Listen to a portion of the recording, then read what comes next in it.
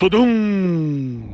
Fala galera, tá começando então o evento Tornando-se um Trader Profissional. Bom, eu imagino que alguns de vocês talvez não me conheçam ainda, então acho que é importante eu me apresentar para realmente você ter confiança no conteúdo que eu e meu time estamos trazendo para você nessa noite. Meu nome é André Machado, sou conhecido como Ogro de Wall Street, apelido que minha esposa me deu num dia que eu estava operando dólar, mas isso é uma história que eu conto em outro momento para vocês. Qualquer coisa vocês procurem no Ogroflix o porquê desse apelido, tá bom? Mas segue o baile. Meu apelido é Ogro de Wall Street, como eu sou conhecido nas redes sociais há 8 anos. Minha vida começou como professor muito por acaso. Eu comecei a dar aula, eu tinha cerca de 4 a 5 anos de experiência como trader e foi justamente quando a BMF, hoje provavelmente muitos de vocês talvez nem tenham operado quando era BMF, talvez nem saibam, né, o que é BMF. Mas quando eu comecei a operar há 20 anos atrás, nós tínhamos duas bolsas no Brasil, a Bovespa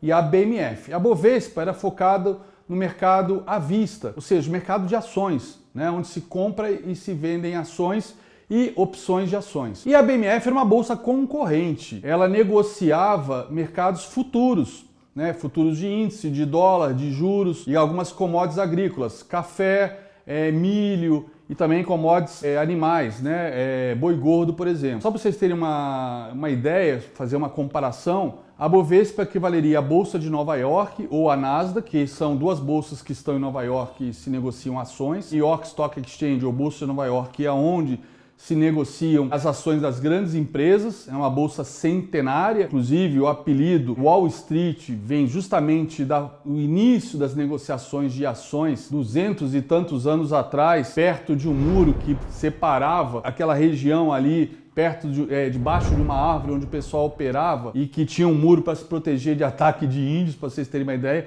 Ali era a Bolsa de Nova York, o embrião da Bolsa de Nova York, que depois, com o passar dos séculos, ganhou o apelido de Wall Street. E nós temos a Nasdaq, que é a bolsa ligada à tecnologia, que na verdade não é uma bolsa só de tecnologia, né? Na verdade, a Nasdaq era uma bolsa alternativa para a Bolsa de Nova York, mas uma bolsa de baixo custo. E justamente por ser uma bolsa de baixo custo, as empresas nos anos 70 de tecnologia que precisavam de capital para desenvolver seus projetos, como uma Apple, uma Microsoft, não tinham ainda musculatura para se listar numa bolsa de Nova York, né, fazer um IPO lá, e faziam nessa bolsa, que era uma bolsa de baixo custo. Só que acabou ganhando a fama de ser a bolsa das empresas de tecnologia. Essas são as duas bolsas. A gente tinha então aqui a Bovespa. A BMF era a bolsa de futuros, ou seja, ela equivale à bolsa de Chicago, aonde a gente acompanha índices futuros, juros, moedas e uma série de commodities. No caso, SP500 Futuro, que foi o que me levou a ser professor. Por quê? Porque, como eu falei, eu comecei a operar futuros na BMF em 2006, assim que a BMF lançou uma solução parecida com as soluções de home broker, que na época só existiam para ações. Ela criou uma focada em futuros para competir com a Bovespa. Depois disso, as duas se fundiram e anos depois passaram a se chamar B3. Aí sim você deve estar se localizando agora. Mas eu comecei a operar futuros na BMF, saí do mercado à vista de ações na Bovespa, fui para a BMF em 2006 e eu percebi a correlação muito forte entre o nosso índice futuro e o SP500 Futuro. Naquela época, hoje eu tenho assinatura no Profit Chart com o sinal do SP Futuro, mas naquela época não existia SP Futuro no Profit Chart, do qual sou cliente desde 2003, como eu falei. Então eu fui atrás de uma plataforma que me desse esse sinal. E quando eu contratei essa plataforma, eu participei de um workshop para tirar dúvidas como é que usava a plataforma e aí eu fui convidado, né, pela qualidade das minhas perguntas ligadas à análise técnica, estudos que eu queria fazer, que a dinâmica era outra, eu fui convidado para ser professor. Estamos no ano de 2006. Então minha carreira como professor foi muito por acaso. Eu era trader de futuros, na época índice, o dólar tinha muito pouca liquidez, o mini dólar. Hoje eu sou focadíssimo, por sinal, em dólar futuro, mas na época era índice. E eu estava muito acostumado a operações, também o índice para mim parecia muito mais lógico, independente da liquidez, por conta de acompanhar o Ibov há pelo menos 4 anos, por conta das operações com ações que eu fazia. Fui começar a operar a BMF, assinei essa plataforma para pegar o SP500 e comecei a dar aula. 2 anos depois, né, 2008, aconteceu o tal do subprime. Para quem não sabe, foi um crash, né, ligado ao mercado imobiliário americano, que foi inflado por juros artificialmente baixos. Houve uma alavancagem enorme de pessoas que, confiantes de que o preço de imóvel jamais cai, financiavam 2, 3, 4, 5, 6 imóveis e o aluguel pagava o financiamento e no final, se ele fosse vender ou precisasse renegociar a hipoteca, o apartamento ou a casa estava valendo muito mais do que quando ele comprou. Então ele ganhava dinheiro com esse tipo de transação. Enfim, foi uma bolha literalmente trilionária que se espalhou por todos os mercados do mundo. Todos os mercados do mundo. E nós só não tivemos um crash muito pior que o de 1929 por conta da intervenção do Banco Central Americano, o Fed, que nessa época, por sorte talvez da humanidade, sem querer ser dramático, mas já sendo, e você que está me conhecendo agora, você vai perceber que às vezes eu sou dramático, né? Por conta dessas informações históricas que para mim são muito importantes. Eu sou fascinado, apaixonado por história em geral, mas especialmente a história dos mercados financeiros e as suas crises ao longo dos séculos. Só não foi pior que 1929 jogou o planeta numa depressão profunda, porque o presidente do Fed, escolhido há pouco tempo pelo presidente Barack Obama, tinha feito doutorado no crash de 29. Então ele conhecia todas as falhas que o Fed cometeu na gestão daquela crise, ou a falta de gestão daquela crise, melhor dizendo, né? Só para vocês terem ideia, abrindo parênteses, que eu sou apaixonado por Segunda Guerra Mundial. Cara, se não fosse o crash de 29, talvez não tivesse tido a Segunda Guerra Mundial. Foi graças ao crash de 29 que a Alemanha mergulhou na hiperinflação, que elegeu Adolf Hitler como chanceler, e o resto é história e volta aqui para o nosso conteúdo principal. Então, o Ben Bernanke, presidente do Fed, injetou dinheiro, etc., e salvou aí o mundo de uma grande depressão. Mas nós tivemos uma grande recessão. E durante esse crash, né, eu já operando muito alavancado, nessa época eu já estava com... não era muita coisa, tá?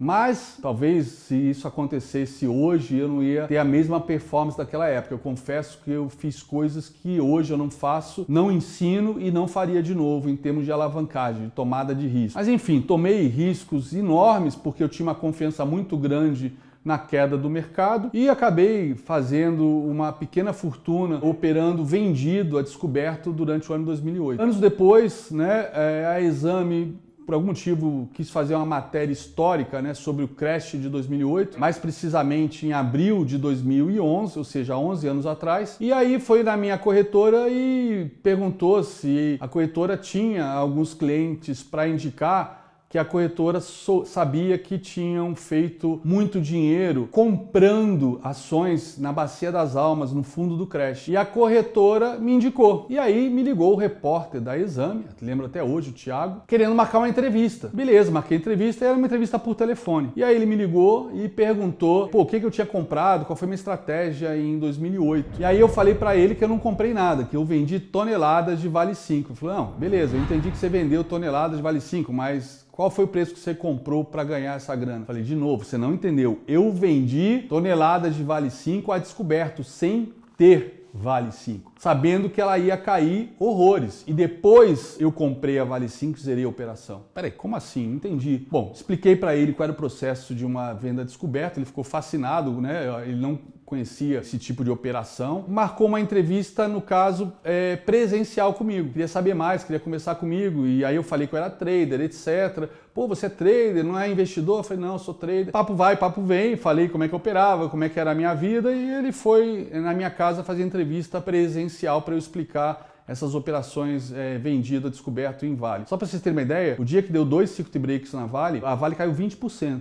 Então imagina você estar alavancado 10, 20, 30 vezes. 20% multiplicado por 10, 20, 30 vezes, né? Putz, era igual tirar chupeta de criança, né? E eu tinha uma estratégia que deu muito certo, eu acho que hoje talvez não funcionasse tão bem, apesar do que na época os mercados já eram totalmente interligados, mas sinceramente eu não sei se o pessoal fazia esse tipo de arbitragem, se é que a gente pode chamar de arbitragem, porque são empresas diferentes, mas não deixa de ser uma arbitragem. Nessa época, em 2008, eu acordava todo dia, antes da Bolsa de Londres abrir, para acompanhar a abertura e o desenrolar da primeira parte do pregão das empresas mineradoras australianas, que eu já tinha a ideia de quanto elas estavam caindo ou subindo naquele dia, como a Bolsa da Austrália estava fechando, para a Bolsa brasileira brasileira, quando abrisse, o que me interessava era a Bolsa de Londres, que tinham ações das mesmas empresas mineradoras australianas, neste caso a BHP e a Rio Tinto. Acordava 3h30 da manhã para acompanhar o pregão da Bolsa de Londres, a London Stock Exchange, só para acompanhar a BHP e Rio Tinto e também o setor bancário inglês e ADRs de bancos americanos,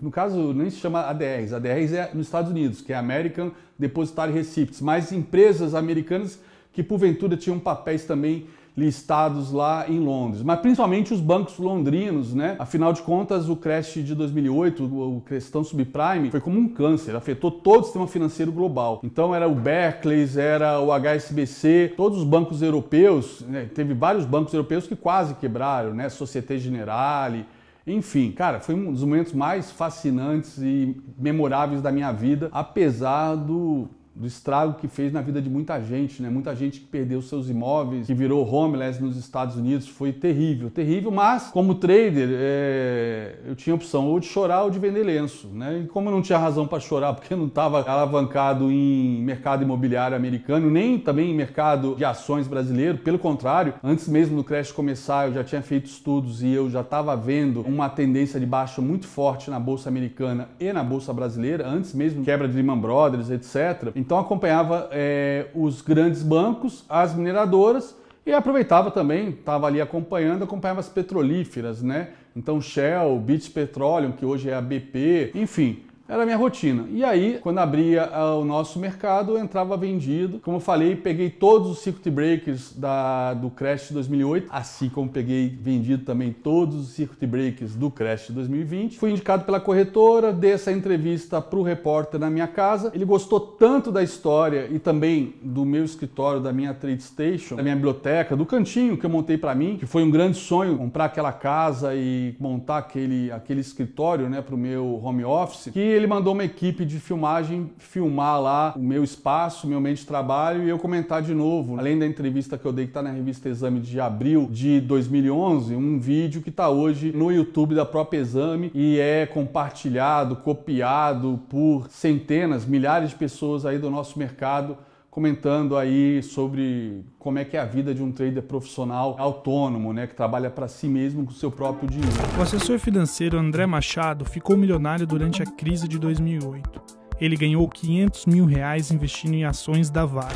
E por conta justamente dessa edição da revista Exame, eu fui convidado para ser professor, na época, na BMF Bovespa, ou seja, aí nesse momento elas já tinham se fundido, as duas bolsas, como professor na BMF Bovespa. Com essa matéria da Exame, vídeo da Exame, não teve como eu fugir de me tornar uma pessoa pública, porque comecei a ser convidado para palestras em corretoras, em bancos, né? E aí dali para a galera começar a me seguir em rede social, que eu tinha cadastro, mas não utilizava, para mim, eu não entendia o propósito das redes sociais, demorei muito para entender o potencial e para que servia a rede social. Na época eu achava que rede social só servia, pelo menos é o que eu via os meus amigos fazendo, foto de comida, né, de restaurante, né, chique, garrafa de vinho e check-in em aeroporto internacional. Eu achava tão escroto aquilo que eu não usava, não tinha sentido para mim rede social na época, né? Mas quando eu vi, depois da primeira palestra, que eu tinha, sei lá, 50 amigos que eu seguia, eu saí da palestra, quando eu cheguei no carro, que eu liguei o celular, que estava offline, tinha mais de 1000 pedidos de amizade. Em uma semana eu estourei os 5.000 pedidos do Facebook, aí montei uma página pessoal e foi quando a minha esposa me deu o apelido Hugo Wall Street, por coincidência. E aí, tô aí.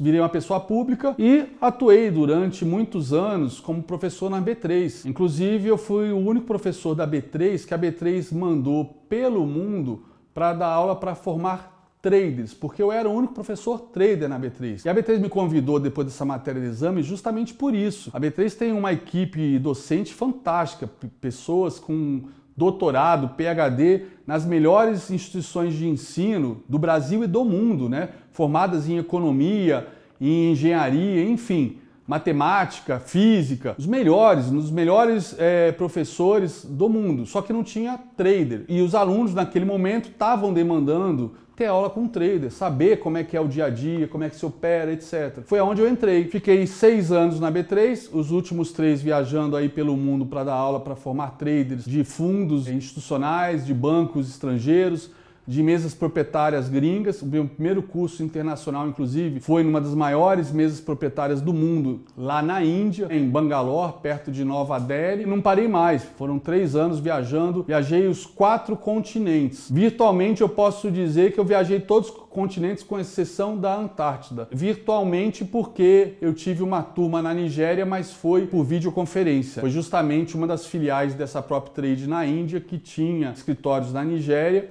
E aí eles participaram remotamente do treinamento que eu dei de como operar juros futuros na BMF. E é isso, foram 6 anos. Quando eu saí da B3, em maio de 2016, eu aproveitei para tirar um sabático de uns 6 meses. Quando eu voltei, todo mundo, né, tinha estranhado meu sumiço e pediram para fazer um treinamento comigo. E eu falei, não, mas eu não dou mais aula, eu dava aula na B3, então não tem como. Não, mas faz uma turma só pra gente, só pra essa galera aqui que te segue. Eu falei, putz, mas cara, eu não vou alugar espaço, eu não vou fazer nada assim. Eu posso fazer online à noite, se vocês quiserem. Beleza, eu fiz. Foi um treinamento que durou aí 3 semanas. Quando acabou o treinamento, a galera me pediu para logo no dia seguinte começar a operar comigo, para botar em prática. Eu falei, por que não?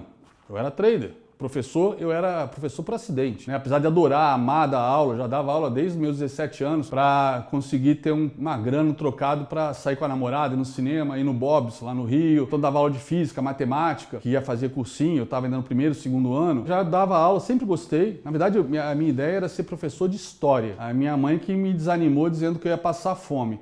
Hoje, Deus a tem, eu sei que estava completamente equivocado. Eu tenho certeza que seria um excelente professor de história, porque eu sou apaixonado por história. Desculpa o trocadilho. Se você é muito bom no que você faz, você consegue ganhar dinheiro, seja qual for a sua profissão. Então eu tenho certeza, estaria escrevendo livros, dando palestras pelo mundo, sei lá, teria feito um doutorado na Inglaterra, estaria dando aula numa academia militar, West Point, por exemplo. Mas enfim, não fui professor de história, fiz computação na PUC, entrei para o mercado de TI, até que eu fiz um projeto na Microsoft que me tornou conhecido dentro da empresa, né?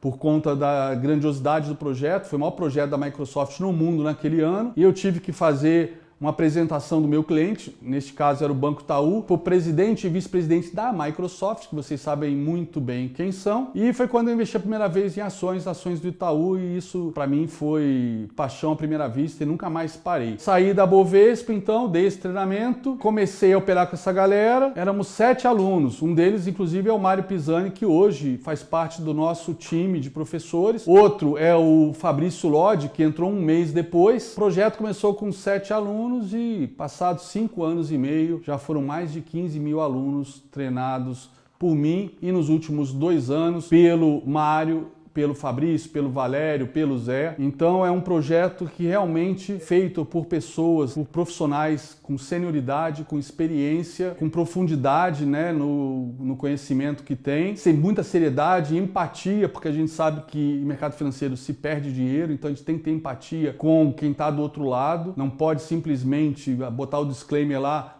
você é responsável pela operação que faz. Claro, você é o responsável, mas a gente tem essa empatia e muita responsabilidade, além de muito conhecimento, muita experiência real, né? Eu acredito que eu deva ter só de tela operando umas 30 mil horas. Se for olhar as horas de tela estudando, putz, dá para botar fácil aí outras 30, 40 mil horas. É uma experiência inequívoca que deu resultado. Tá aí o projeto Os 10%, criou um novo mercado no Brasil e mais de 15 mil alunos. Tudo que eu aprendi nesses 5 anos e meio do projeto Os 10%, seja como trader operando, skin the game com os alunos, mas também seja preparando-os para serem traders, é o que eu estou trazendo para vocês nas aulas desse treinamento, tornando-se um trader profissional. Então essa é a minha história, espero que você tenha acompanhado até aqui. Fique conosco, acompanhe as aulas pelos próximos 3 dias e as surpresas que nós vamos trazer para vocês também, tá bom?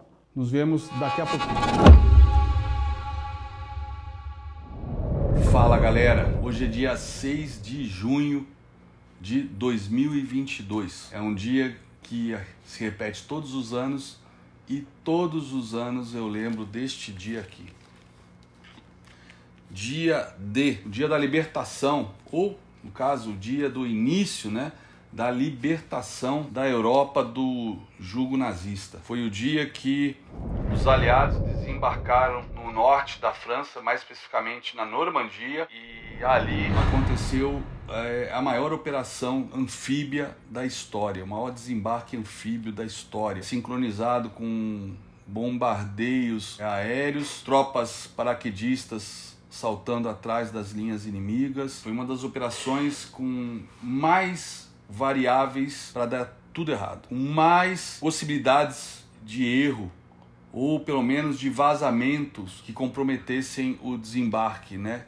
Vazamentos por parte de comunicação aliada ou até dos próprios espiões nazistas descobrindo, né? Imagine a logística, né, para o maior desembarque, como esconder isso dos nazistas. Na verdade, era impossível esconder, mas como convencê-los que o desembarque seria em outro local para que aonde eles efetivamente desembarcassem houvesse a menor resistência possível. Vocês sabem o quanto eu sou apaixonado por Segunda Guerra Mundial, desde os meus 13 anos. Tenho 55, são 42 anos de paixão, compartilhada, confesso, nos últimos anos com o mercado financeiro. Nesses últimos 20 anos como trader, eu tive que compartilhar meu tempo de leitura, minha paixão com o mercado financeiro. Confesso que o mercado financeiro saiu ganhando, né? Às vezes eu fico com remorso, tantos livros ainda por ler, lendo livros sucessivamente de análise técnica, um depois do outro, quando no final são quase todos idênticos e não muda praticamente nada de um para o outro.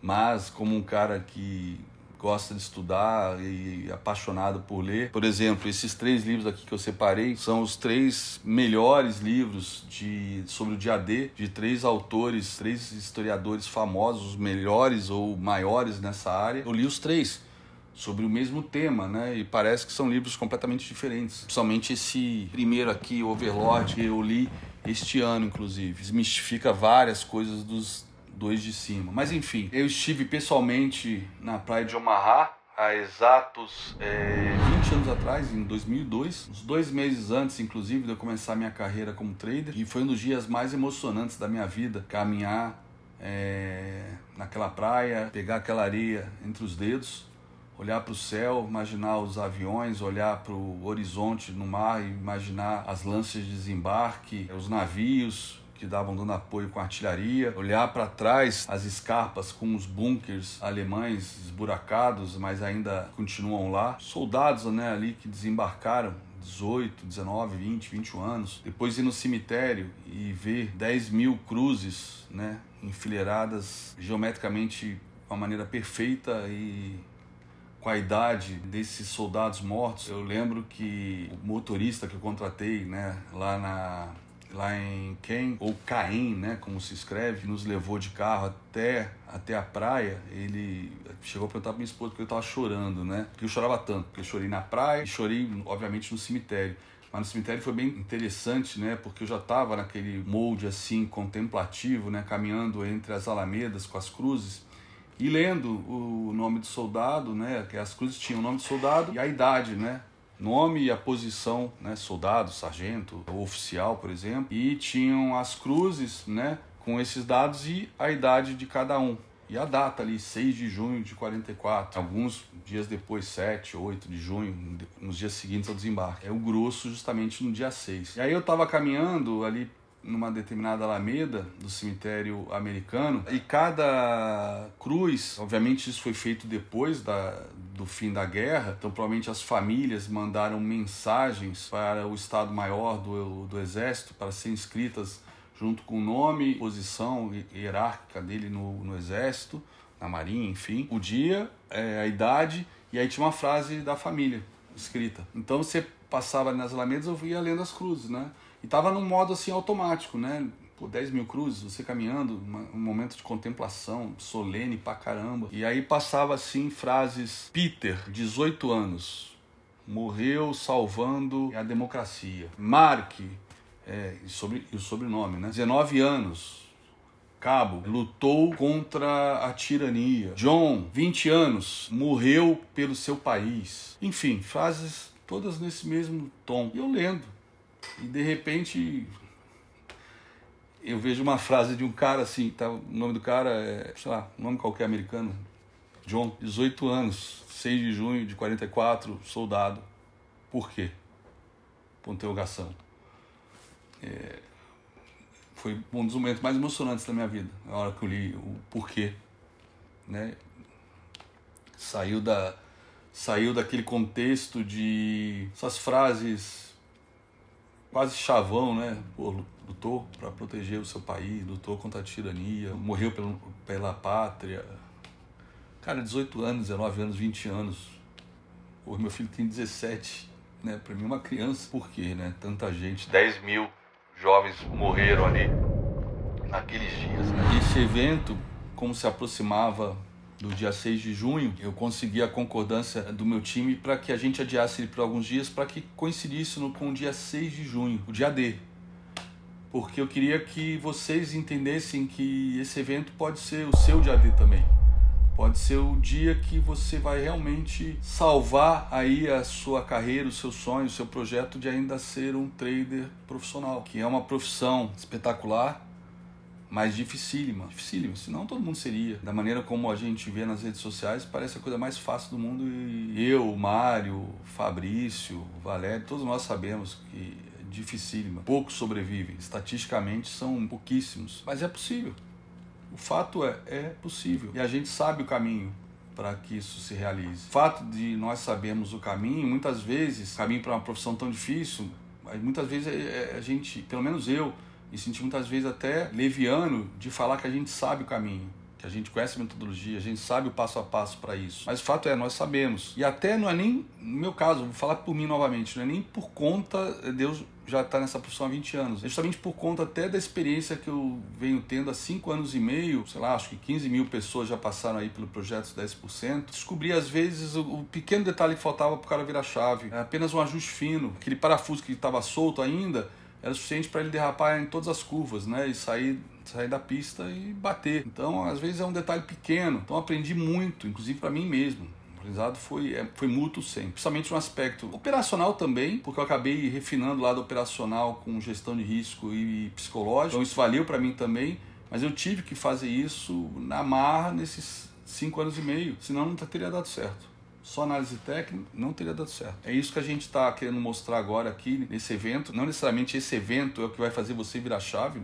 Pelo contrário, você só vai virar chave operando, mas a gente quer realçar nesse evento os aspectos mais importantes e oferecer aí uma ampla gama de material que muito desse material vocês já conhecem, está no Ogroflix. A gente quer mostrar o caminho, né, o passo a passo. Eu tenho usado muito nos últimos dias, a galera que me acompanha no Projeto 10% e até no Morning Call, o termo caminho suave, que é um termo com o qual eu fui alfabetizado e é um livro antigo, né, bem antigo, foi alfabetizado há 48 anos atrás, né? Então, minha mãe também foi, meu pai também foi. Então, é um livro clássico, né? O Caminho Suave. E eu tenho focado muito, né, principalmente nesse último 1 mês e meio, a falar para a galera que eu estou ensinando eles a ler o mercado, né? Tipo, interpretar o mercado como se fosse aquelas letrinhas verdes do Matrix caindo, e onde cada um, como trader, seria como o personagem Neo da série, né? Que apanha um bocado, mas no final ele consegue ler e derrotar o Smith e os outros 2 agentes, que viram letrinhas, né?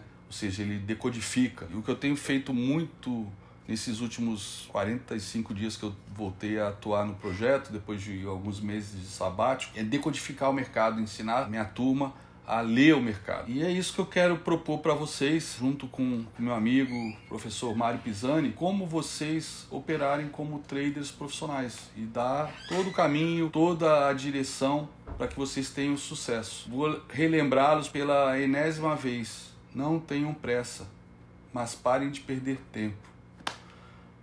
Dia D chegou. 6 de junho de 2022. É o seu dia D. Tá bom? Fica o convite aí para vocês. Abraço. Vamos lá, galera. Então agora vamos ter a primeira aula do nosso evento.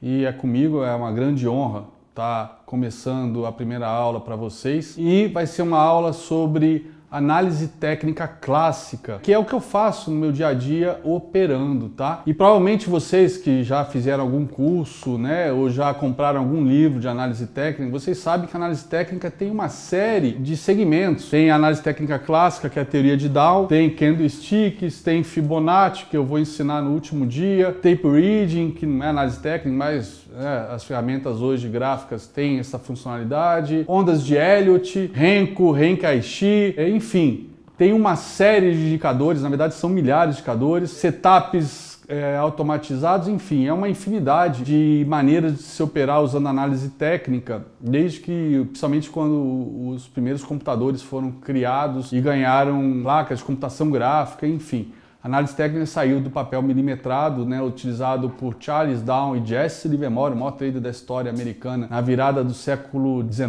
para XX, início do século XX, e saíram do papel milimetrado e foram para as telas dos computadores. Eu poderia falar durante semanas sobre análise técnica aqui.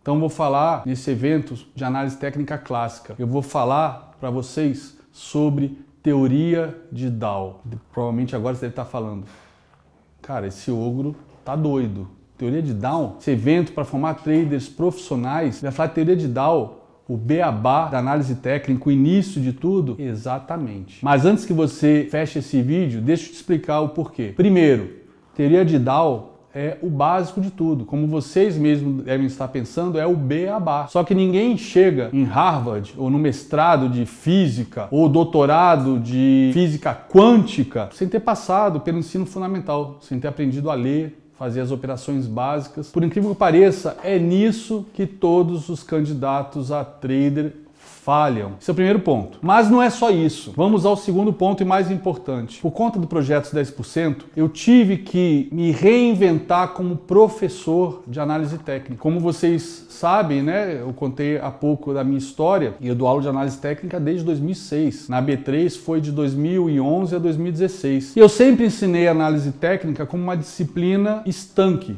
Análise técnica, acabou, era aquilo, fechadinho, uma caixinha.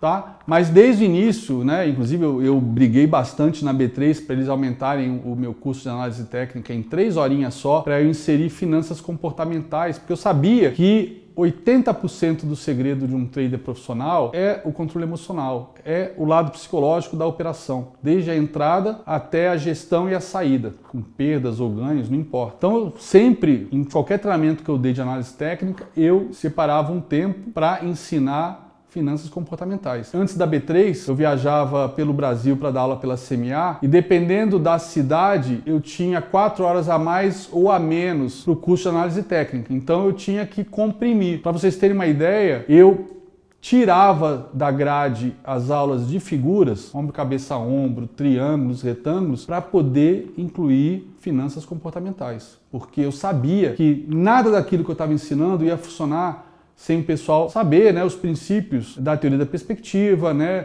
Nessa época eu já conhecia o material espetacular do Mark Douglas. Talvez eu tenha sido um dos primeiros no Brasil a falar desse grande autor, infelizmente já falecido, trader, que, como todos nós, já perdeu muito dinheiro, fez muita coisa errada e escreveu 2 grandes best-sellers, ou melhor do que isso, do que um best-seller, 2 obras-primas de finanças comportamentais específicas para traders, diferentemente da teoria da perspectiva do Daniel Kahneman, que é um tratado, né, feito por é uma tese feita por um psicólogo. O Mark Douglas, ele era trader, né, e perdeu muita grana até conseguir achar o caminho. Então, finanças comportamentais não tem como ficar de fora. Mas como eu falei, eram aulas estanques, era um módulo. Então eu tinha um módulo de gestão de risco para day trade, para quem opera futuros, né, por conta da alavancagem. Um módulo de gestão de risco para quem faz swing trade, uma gestão de uma carteira de ações. Gestão de risco para quem opera vendido a descoberto, para quem opera opções, enfim. Mas sempre aulas estanque, isoladas,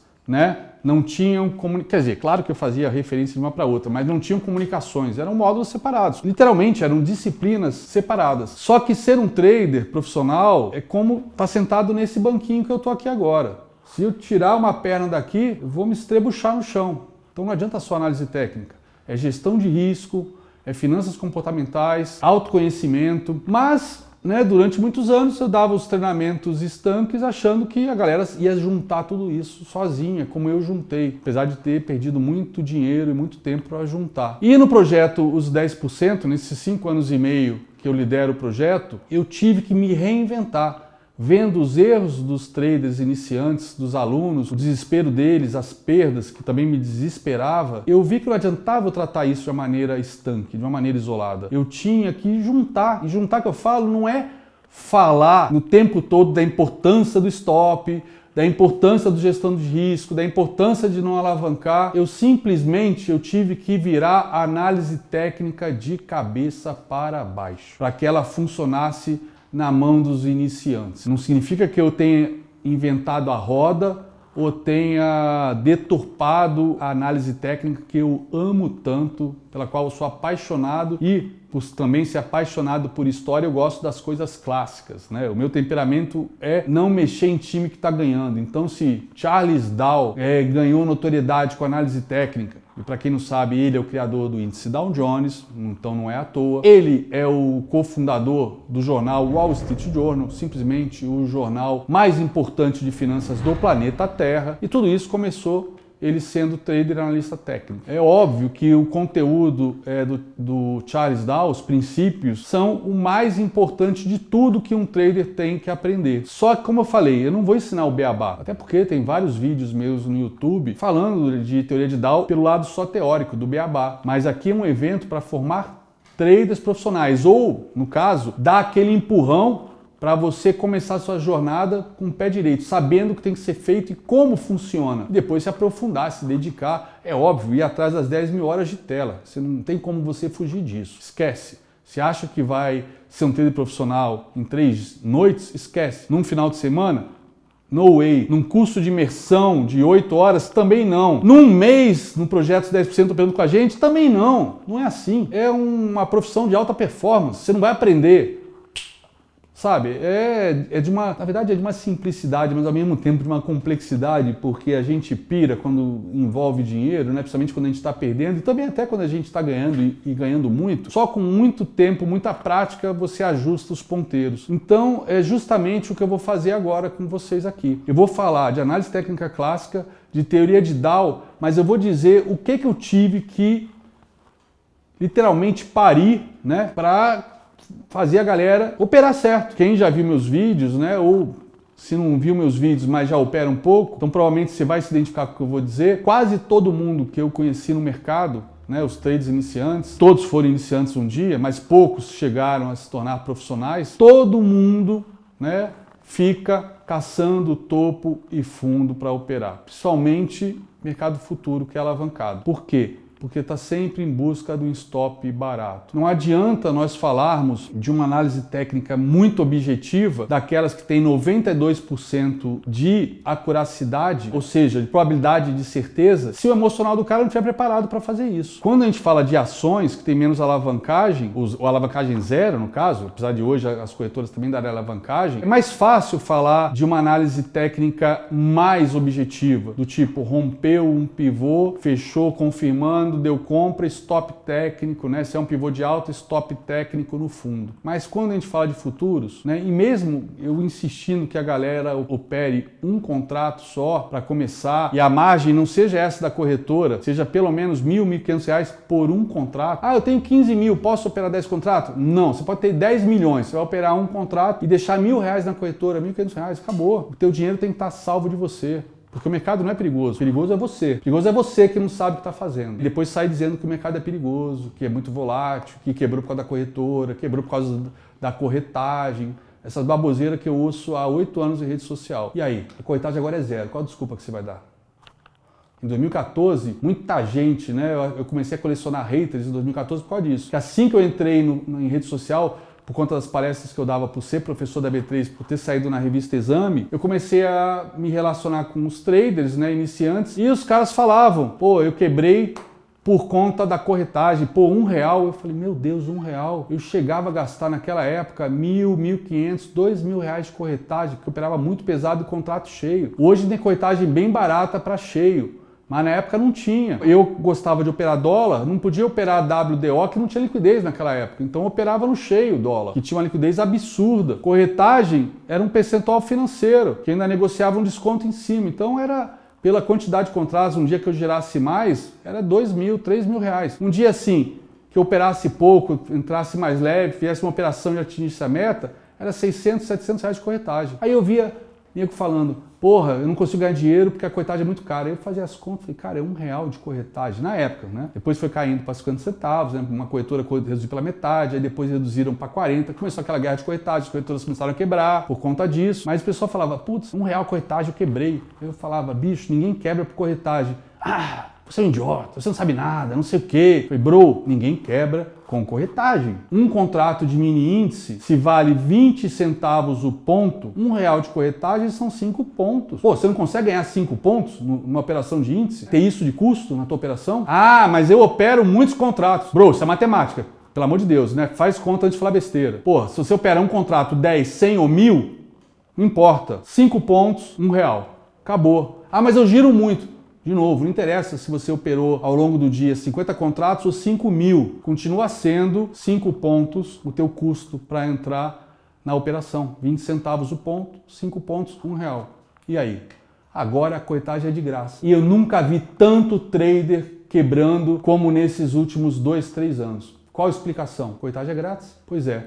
Vocês continuam se alavancando demais, vendendo o topo quando está subindo e comprando fundo quando está caindo. Ou seja, vocês fazem o que os profissionais não fazem. Então não vai dar certo. E detalhe, mesmo sabendo que não vai dar certo, porque não é possível, inconscientemente você sabe que não vai dar certo. Você sabe que não está dando certo, é só olhar o seu diário, é só olhar os seus resultados, a sua inconsistência, as suas perdas acumuladas, meses e meses tentando, fechando sempre no negativo. E não muda o comportamento. Então, a teoria de Dow que eu vou trazer para vocês, justamente a teoria de Dow clássica, mas com esse lado operacional que envolve uma gestão de risco que te deixe confortável e envolve também um controle emocional, que você possa operar com tranquilidade. Que, por exemplo, é o que eu busco sempre, né? Você opere sem calor, ou seja, entrou, o mercado continue andando naquela direção. Que a operação que você entrou não tenha um pullback assim que você entrou, que chegue perto do seu stop, te deixe passando mal com taquicardia, e que de repente, se você não for estopado porque você está operando tendência, quando volta você não consegue suportar a operação, você quer se livrar daquela batata quente, porque, pô, graças a Deus voltou ao preço de entrada, ou até tá dando um lucro pequeno, aí começa a voltar, você já não tem confiança se aquilo vai realmente para frente, porque você entrou e já te deu um baita calorzão, então você zera com ganhos pequenos. Ou seja, eu estou vendo milhares de pessoas fazendo isso há 5 anos e meio. Milhares de pessoas fazendo isso há 5 anos e meio. Fora que eu também fiz isso lá atrás, né? O Mário com certeza também fez isso. Todo mundo que começou fez isso. Como eu já falei tantas vezes, nós só mudamos de nome, CPF e, obviamente, a experiência e a perseverança, a cabeça dura, né? Muitos desistem, alguns conseguem, né, perseverar e aprender com os erros e evoluir. E a ideia é que você queime essas etapas de cometer tantos erros. É óbvio que você vai continuar errando nesse início, mas que os erros não sejam fatais, que você sobreviva para o dia seguinte, que você não quebre a sua conta. Por favor, jamais fale que é banca. Quem tem banca é peixeiro e jornaleiro, é capital operacional. Você tem que proteger, porque sem capital você não pode operar. Um cara que ganha a vida como Uber, sem carro, não ganha a vida. Um motoboy que entrega pizza pro iFoods, sem moto, não ganha a vida. A minha esposa, que é dentista, sem o consultório, cadeira, aqueles equipamentos todos, ela não pode ganhar o prolabore dela, os honorários dela. Então, do trader, a nossa ferramenta é o capital. Você não pode perder, pô. Não pode perder. Tudo que eu vou falar aqui agora para vocês é pensando nisso. O que diferencia um trader amador de um trader profissional é exatamente isso. O amador se preocupa em ganhar dinheiro. O profissional se preocupa em proteger o seu capital. E é isso que você tem que fazer. Às vezes as pessoas, quando eu falo isso, muita ênfase, eles falam, então é melhor nem vir para renda variável, é melhor ficar na poupança. Quem pensa assim é um idiota, desculpa dizer, desculpa a minha sinceridade. Agora você já começa a entender por que meu apelido é ogro, né? É um idiota falar um negócio desse. A gente está falando de gestão de risco, emocional, alavancagem, futuros. Cara, cada 2 que ganham tem 8 perdendo, de acordo com as estatísticas da FGV que vocês devem conhecer. Se não conhece, pesquisem. Você realmente tem que priorizar operar bem, não é ganhar dinheiro. E é isso que eu vou mostrar para vocês nessa aula. E usar a teoria de Dow dessa maneira, não deturpada, né? Mas dessa maneira customizada, adaptada para endereçar não só uma entrada que seja técnica a favor da tendência, mas que enderece uma gestão de risco que você suporte, que você queira, que é aquela que você está viciado, que são stops curtos, bem como você ter sob controle o seu emocional durante o zigue-zague das suas operações, durante a oscilação de cada candlestick na sua tela. Que aqueles, sei lá, 12 candles, 1 hora de operação, muitas vezes parece uma vida, né, para quem está começando, principalmente quem começa com o pé esquerdo se alavancando muito, porque cair no conto do vigário, que dá para ficar milionário, ou pelo menos ganhar muito dinheiro, ganhar 10 vezes o salário que a pessoa já ganha, né? Já no mês seguinte, depois de um cursinho desses vendido pelo pessoal do Instagram. A ideia agora não é você ganhar dinheiro, é você se preparar para ganhar dinheiro. E aí sim, ganhar muito dinheiro. Mas ganhar dinheiro indecentemente. Só que isso não vai ser da noite para o dia. Então, você tem que parar de perder tempo, mas não pode ter pressa, né? Frase do famoso autor português José Saramago, único Nobel de Literatura de Portugal. Mas vamos lá, vamos à análise técnica. Então, teoria de Down. Primeiro princípio da teoria de Down, eu poderia ficar simplesmente um dia falando só disso. É uma frase simples. O preço desconta tudo. É a base da análise técnica. Dá para fazer um tratado, inclusive dá para dar aula de análise fundamentalista e de macroeconomia em cima desse princípio, que é mais ou menos o que eu faço todos os dias no nosso Morning Call. Agora eu vou introduzir neste princípio uma frase de um trader institucional que agora faz parte do projeto Os 10%, meu amigo José Ricardo, que foi trader do Itaú, da tesouraria do Itaú por 11 anos. Se está subindo, a gente compra. Se está caindo, a gente vende. Pronto. Eu podia encerrar o evento agora, tá? Porque é isso que faz um trader profissional. Só isso. Parece fácil, né? Mas é óbvio que não é assim, né? Não foi para mim, não vai ser para você também.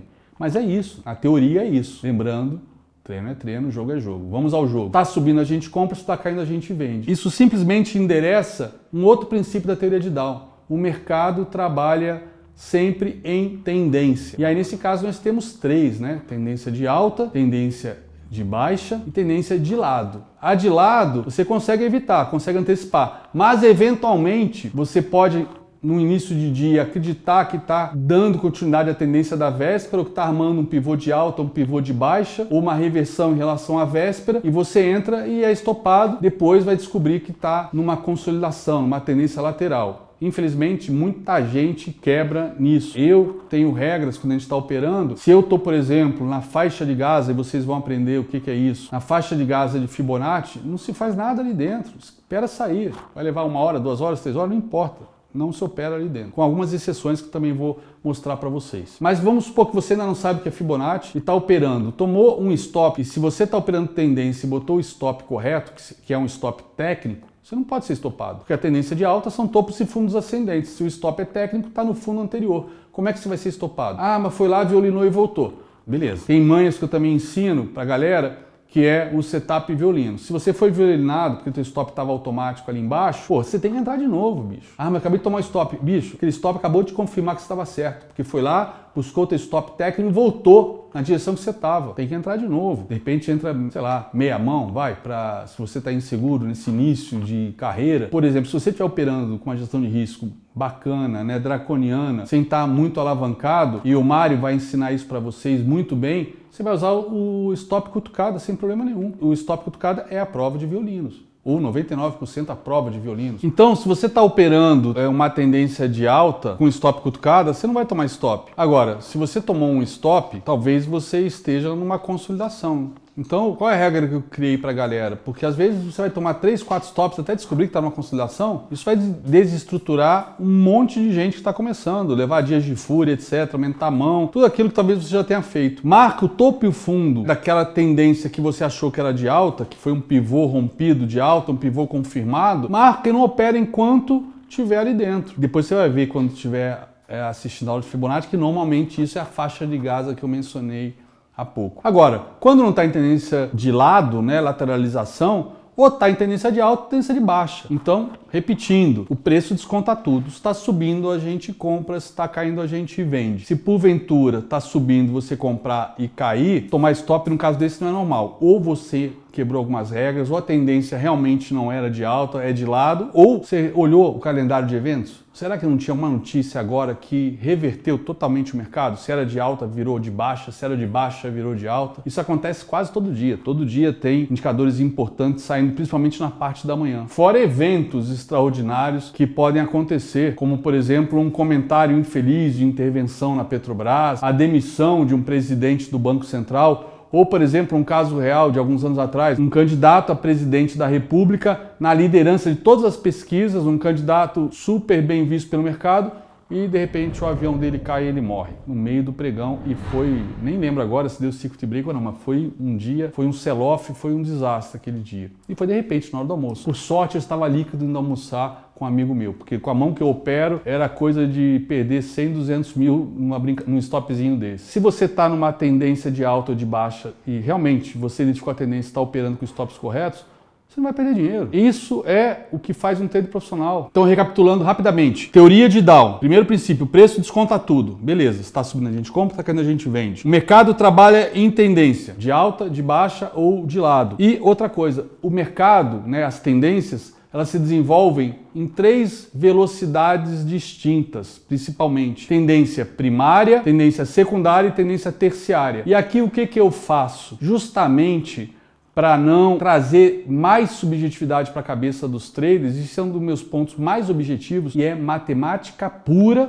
E acreditem, quem me ensinou isso foi justamente o psicólogo Daniel Kahneman, que no livro dele ele fala de médias móveis. Eu uso médias móveis como meus rastreadores de tendência, que é para isso que servem. Então, ao invés de eu traçar LTAs ou LTBs, linhas de tendência de alta ou linhas de tendência de baixa, que tem subjetividade, dependendo do topo ou fundo que você pega, ou do time frame que você está usando, eu uso médias móveis. Por quê? Porque elas são a minha linha de tendência dinâmica, adaptativa, ou seja, linha de tendência de alta é uma média móvel de 20 subindo, quando o mercado vira, a média móvel vira também e vira uma linha de tendência de baixa. E é matemática, aquilo eu não preciso fazer, e o Tabajara que vocês já conhecem, se não conhecem, recomendo que venham a conhecer urgentemente, foi criado por mim em 2015 para ajudar os traders iniciantes. O Tabajara ainda vai colorir a média para você. Eu falo que literalmente chama-se Tabajara para que você não pense 2 vezes, não erre. É uma coisa assim, cara, é de uma simplicidade, de uma estupidez tão grande que por isso que eu dei esse título. Me surpreende alguém ainda errar. Porque, por exemplo, quando você está andando de carro, se você já é maior de idade, já tem carteira, você rompe, desculpa, rompe é termo de análise técnica. Você ultrapassa um cruzamento com sinal vermelho? Não, né? Só se você mora no Rio de Janeiro por mais de 11 horas da noite, aí tudo bem, né? Porque só um louco vai parar no sinal vermelho, né? Ali na Zona Sul, depois das 11 da noite. Mas você dá uma olhadinha e vai, né? E se benze e vai. Brincadeiras à parte, ninguém avança sinal vermelho, a menos que esteja bêbado, né? Ou seja, um demente. É uma coisa, você vai operar comprado com a média móvel vermelha, a média móvel de 20, ela é a minha linha de tendência terciária. É aquela que eu uso para operar. E a minha linha de tendência secundária é outra média móvel. Média móvel de 50, que equivaleria a uma média móvel de 20 nos 15 minutos. No Profit Chart agora você até tem a funcionalidade de colocar a média móvel de 20 dos 15 minutos no gráfico de 5. Como eu uso a de 50 anos, ela funciona super bem, porque como eu falei, ela é minha linha de tendência que mostra a direção. Ela não precisa estar exatamente no lugar que está a média móvel de 20 lá nos 15 minutos. Ela só precisa mostrar a direção do mercado nos 15 minutos. Como eu falei, é meu Waze, é meu GPS, é o que me dá a direção do mercado. Então, nesse caso, eu tenho agora uma tendência terciária, que é a minha média móvel de 20, e uma tendência secundária, que é a minha média móvel de 50. E qual a tendência principal do mercado? É a tendência primária. Para isso, eu uso a média móvel de 200, que equivale muito, às vezes com precisão enorme, apesar de matematicamente não ser tão precisa assim, mas como é uma média muito longa, então os desvios são pequenos, ela equivale à média móvel de 20 nos 60 minutos. Então, no momento que eu boto no meu gráfico a média móvel de 20, a média móvel de 50, a média móvel de 200, eu estou simultaneamente naquela minha tela, naquela única tela, eu estou identificando simultaneamente em tempo real a direção do mercado nos 5 minutos, nos 15 minutos e nos 60 minutos, nas 3 tendências do mercado, na primária, na secundária e na terciária. Se as 3 médias estão apontando na mesma direção, em ordem hierárquica, por exemplo, uma tendência de alta, eu tenho a média móvel de 200, ascendente, acima dela eu tenho a média móvel de 50, também ascendente, acima desta eu tenho a média móvel de 20, também ascendente, bro, não tem ninguém vendendo. Você vai vender por quê? Você tem que comprar, cara. Vou repetir o que eu falei ainda há pouco. O treinamento podia acabar agora. A partir daí é só botar isso em prática que você vai ser um trader profissional em questão de meses. Mas é óbvio, né? Depois de 15 mil traders treinados por mim e pelos meus amigos, Fabrício, Mário, Valério, Zé Dólar. Cara, a gente já viu muita loucura, muita coisa sendo feita errada, então o treinamento não para por aqui, porque meu objetivo é consertar o máximo de erros e vícios que vocês tenham cometido, ou se você ainda não opera, não começou, pode vir a cometer, porque todos cometem, então quero evitar. Se você está começando agora, manda rezar uma missa em ação de graça, porque você começou com as pessoas corretas. Então vamos ver se começa sem erro, beleza? Então vamos lá. Você está operando a favor da tendência de todos os maiores players do mercado. O pessoal que opera mais rápido, mais curto, o pessoal que opera, posição maior ao longo do dia, pessoas que estão operando ao longo de vários dias, sustentando operações, ao longo de algumas semanas, normalmente traders institucionais de tesouraria, estão todos eles na mesma direção. Por que você vai operar na direção contrária? Por que você vai avançar o sinal vermelho num cruzamento? Por que num cruzamento com sinal verde, numa autoestrada ou numa avenida movimentada, você freia exatamente no cruzamento com sinal verde para tomar uma porrada atrás de um caminhão, de um ônibus ou de outro carro? Ou seja, se você consegue identificar um sinal verde e vermelho quando está dirigindo, por que você não consegue identificar isso quando está operando e respeita isso? Não precisa traçar LTA, não precisa traçar LTB, só respeita isso. Beleza, já entendi. Tá subindo, a gente compra, Tabajara tá verde, a gente compra, a média de 20 tá para cima, a de 50 tá para cima, a de 200 tá para cima, em ordem hierárquica. Então, é super seguro, não tem erro. Mas aonde eu entro? Que momento que eu entro? Esse é o problema. Eu sei que esse é o problema. Por isso que todo mundo fica caçando topo e fundo o tempo todo. Por isso que está caindo, todo mundo quer comprar fundo, adivinhar fundo. Por quê? Porque o stop é barato. Então não adianta estar só em tendência de alta. Classicamente falando, como é que você opera numa tendência de alta? Bicho, rompeu resistência, compra. Acabou. Rompeu resistência com volume, que é outro princípio da teoria de Down. Ou seja, o volume precisa confirmar a tendência. E no day trade, especialmente os volumes dos candles que rompem aquela resistência ou aquele topo, já que em tendência de alta eu vou romper topos sucessivamente. A cada topo rompido, depois eu passo para uma correção e vou romper um novo topo. Assim é a tendência de alta. Analogamente também é assim a tendência de baixa, só que é o contrário. Só que aonde ficam esses stops dessas entradas clássicas? Numa tendência de alta fica no fundo, numa tendência de baixa fica no topo. Só que aí a gente vai olhar no dólar, pode ser às vezes 18 pontos, 15 pontos. Se for no índice, pode ser 250 pontos, 200 pontos. Se é sorte, movimento, mercado estreito, 180 pontos hoje. É claro que isso varia muito ao longo dos anos, O índice a 50 mil pontos é diferente do índice a 115 mil pontos. Então, é óbvio que os movimentos são maiores, os stops são maiores, mas financeiramente é a mesma coisa que era antes. Eu desisti de dar murro em ponta de faca.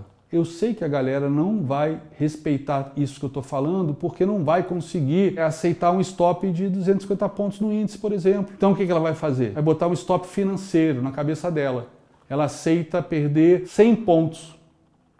Então, aceita perder 100 pontos, ela bota stop de 100 pontos. Mas se o stop técnico correto é 250, como é que você vai botar, Katsu, um stop de 100 pontos? É pedir para ser violinado, que é o que acontece na maior parte das vezes. E por isso os caras querem caçar topo e fundo. Mas não adianta eu insistir. Antigamente eu falava o seguinte para a galera. O stop é de 300 pontos. Ah, mas é caro. Com quantos contratos você opera? Ah, eu opero com 10 contratos. Cara, aceita o stop 300 e entra com 3 contratos nessa operação. Vai dar no mesmo financeiramente. Se o problema é financeiro, entra com 3. Ou seja, se a tua gestão de risco está errada, porque você não aguenta, não suporta, sua conta não suporta, o seu emocional não suporta 300 pontos, mas você aceita 100, então bota 3 contratos. Mas não, a maioria prefere tomar uma porrada de stop de 100 pontos, esses stops de merda, fazendo entradas de merda, toma um monte de stop de 100 pontos com 10 contratos.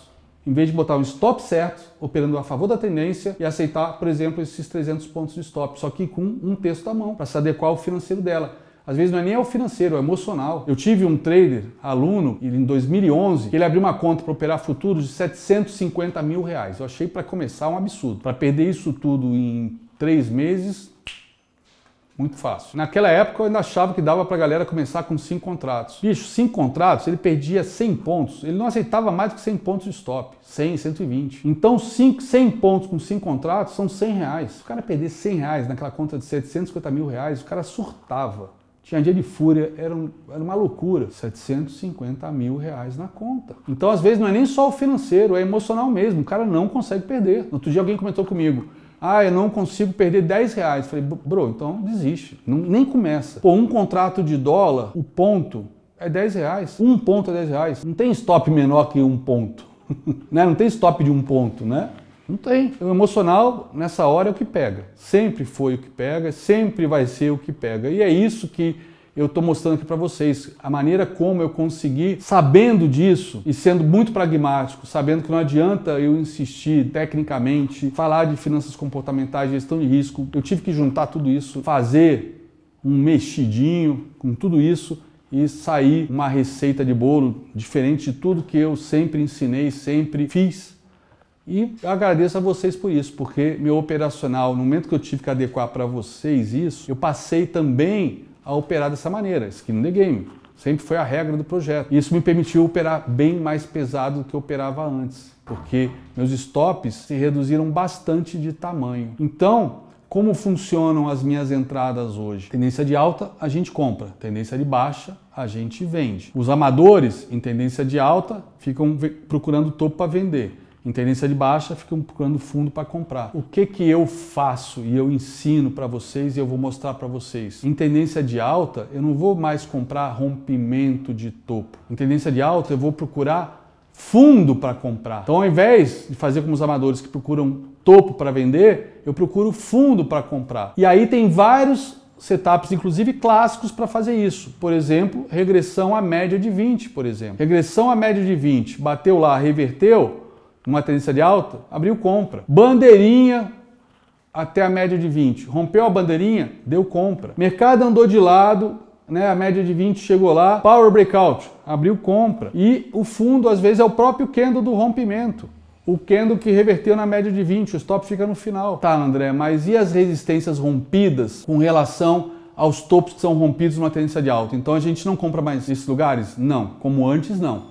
Mas rompeu um topo ou rompeu um fundo, aí eu vou passar um dado empírico de experiência minha ao longo desses 20 anos operando, e principalmente nesses últimos 14 anos operando futuros, e especialmente nesses 5 anos e meio do projeto 10%, rompeu um topo, 2/3, 3/4 das vezes, é uma informação empírica, como eu disse, vai fazer um pullback. O que é um pullback? Ele rompe o topo ou a resistência e volta para testar, e aquela resistência, então, se é realmente importante, vira um suporte e volta a subir. Nessa hora você entra. Qual é o stop? Aquele candlezinho de pullback, ou 2 candlezinhos de pullback, super baratinho, que é o que todo mundo queria. Os stops baratos a gente encontra uma tendência de alta comprando fundo, e aí são setups clássicos, que o Mário, inclusive, vai ensinar para vocês. Tem dias que a tendência está muito forte, ele não volta até a média. Bom, beleza, o dia que não volta até a média, então a gente não faz nada, né? Sim, seria o correto. Se esse é o teu setup clássico, seu checklist exige essa disciplina, essa paciência, isso é o que deve ser feito. Mas, infelizmente, novamente, os traders iniciantes não conseguem fazer isso. E eu, novamente, desisti da murro em ponta de faca. Então, joguei a toalha e daí nasceu o meu setup aí do Gift, o famoso Pablito, os pullbacks em rompimentos ou pullbacks ocultos, que às vezes a galera espera o pullback, não acontece, eu falo, mas deu pullback, onde está o pullback? Onde está o pullback? É aquela sombra.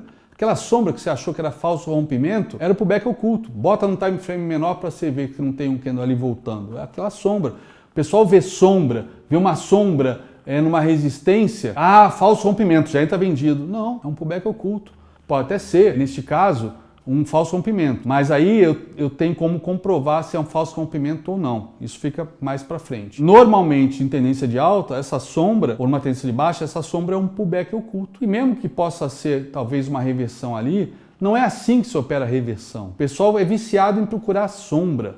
Literalmente procurar pelo em ovo. Por isso que a maioria quebra, operando essas sombras, né? Viu uma sombra num fundo, é compra. Viu uma sombra em cima, num topo, numa resistência, é venda. Algumas vezes vai acertar, mas perde tanto dinheiro, erra na maioria das vezes, que quando acerta, não consegue segurar a operação, porque já não sabe o que faz ele acertar ou errar. Ele sabe que acerta algumas vezes, mas não tem a mínima ideia de qual é a situação que ele vai acertar.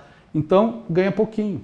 Na primeira movimento que faz contrário à sua entrada, já zera. Já que ele perde tanto e está ganhando um pouquinho ali, vou pôr no bolso. Só que não vai pagar os stops e você vai dilapidar seu capital e daqui a pouco vai quebrar.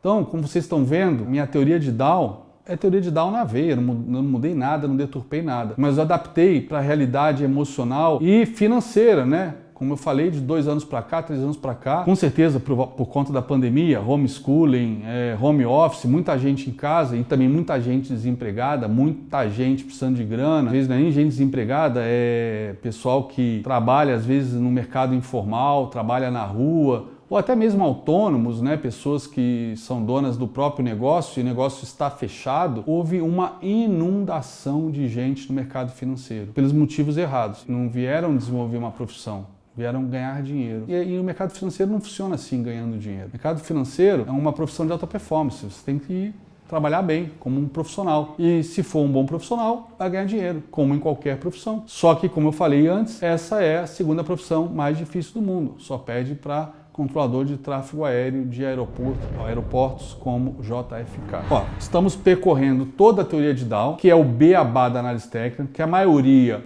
não respeita, e as razões para não respeitarem eu já passei, já neutralizei quase tudo para que você possa operar análise técnica de verdade, análise técnica clássica, como um trader profissional, um trader técnico profissional. Você não tem mais desculpa para evitar usar a teoria de Down, usar a análise técnica e a tendência a seu favor. É só pegar em qualquer livraria, né, que tem uma seção de finanças, que tem alguns livros de análise técnica, ou procurar na internet, em Kindle, né, em e-books. Todo mundo escreve, a tendência é sua amiga, siga sempre a tendência.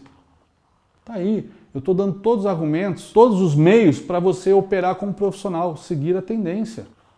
Não tem por que não fazer isso. Na verdade, não se pode fazer o contrário disso. Outra coisa, as tendências, elas têm 3 fases. Uma fase de acumulação ou distribuição, uma alta ou uma baixa mais forte, no caso um rally ou um movimento de pânico, e depois uma alta mais fraca, uma baixa mais fraca. Então, um outro ponto que muita gente que tenta operar a tendência, botando stop no lugar certo, tudo mais, acaba desistindo de operar a tendência porque toma stops, é porque acaba operando comprado uma tendência de alta quando a tendência já está no fim. Putz, como é que eu sei quando está no fim, ogro?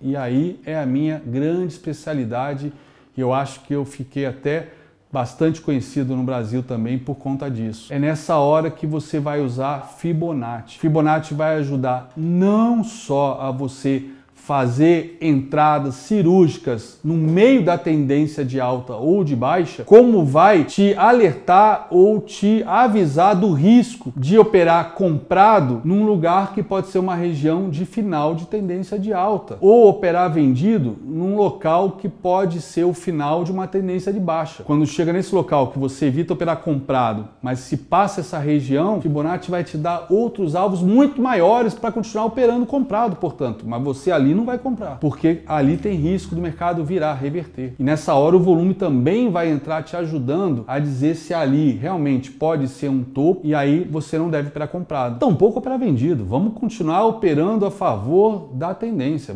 Se o mercado realmente for virar, ele vai dar os sinais para você operar vendido. Mas eu tenho técnicas também que eu posso ensinar para operar reversão. E o Fibonacci é, na minha opinião, a melhor, talvez única ferramenta decente para se operar reversão. Ah, mas e indicadores e divergência? Perfeito, se você domina essas ferramentas, vamos usá-las também, mas use Fibonacci para marcar a região de possível topo e possível fundo e seja feliz. Essas outras ferramentas elas vão servir para te dar um apoio a mais para você entrar com mais confiança. Mas aí tem uma regrinha que eu criei. Se o mercado está em tendência de alta e deu um sinal de reversão, ou seja, de queda, e você entrou comprado e foi estopado, claro, desde que não seja um violino, porque se for violino entra de novo, mas se você foi estopado e o mercado voltou a subir, ou você errou completamente, ou teu viés está ruim, ou traçou o Fibo errado, ou o mercado está muito forte, então não vale a pena insistir. Então você tem um tiro só por dia para dar, para tentar literalmente acertar o topo ou fundo. Mas quem ganha dinheiro nesse mercado para valer não é quem acerta topo e fundo, é quem surfa a maior parte da tendência. E para isso você não precisa acertar o início dela. Pelo contrário, deixa os grandes players mostrarem que a tendência virou e começou uma nova. E vai atrás deles. Não tenta você ficar no caminho deles para tentar entrar no início do rally ou no início da queda e ser atropelado, esmigalhado, destruído por eles. Bicho, no meio de tubarões, a regra número 1 é não sangrar. Só que parece que a galera quer nadar entre os tubarões e pega uma gilete antes e sai se retalhando e pula no meio deles. Porra, não vai dar certo nunca, né? E agora, um princípio da teoria de Dow dos mais importantes e mais negligenciados do mundo. Toda tendência é válida até ser revertida. Isso corrobora o que eu acabei de falar agora. Não opera a reversão enquanto a tendência não for revertida. E use, por favor, eu fiz isso para vocês justamente vendo o desespero dos traders que quebravam. Eu fiz isso em 2015, já são 7 anos. Talvez seja uma das regras de colorações ou setups mais utilizados no Brasil, quiçá no mundo, que é o Tabajara. Pelo menos são informações que eu recebi diretamente da TradingView, uma das ferramentas usadas no mundo inteiro. E o Tabajara é essa média de 20 colorida. Então, se está verde, opera comprado. Se está vermelha, opera vendida. Usa de preferência as 3 tendências para ter mais segurança. Operar com time frames maiores também na mesma direção que você. Ou seja, players maiores operando na mesma direção que você.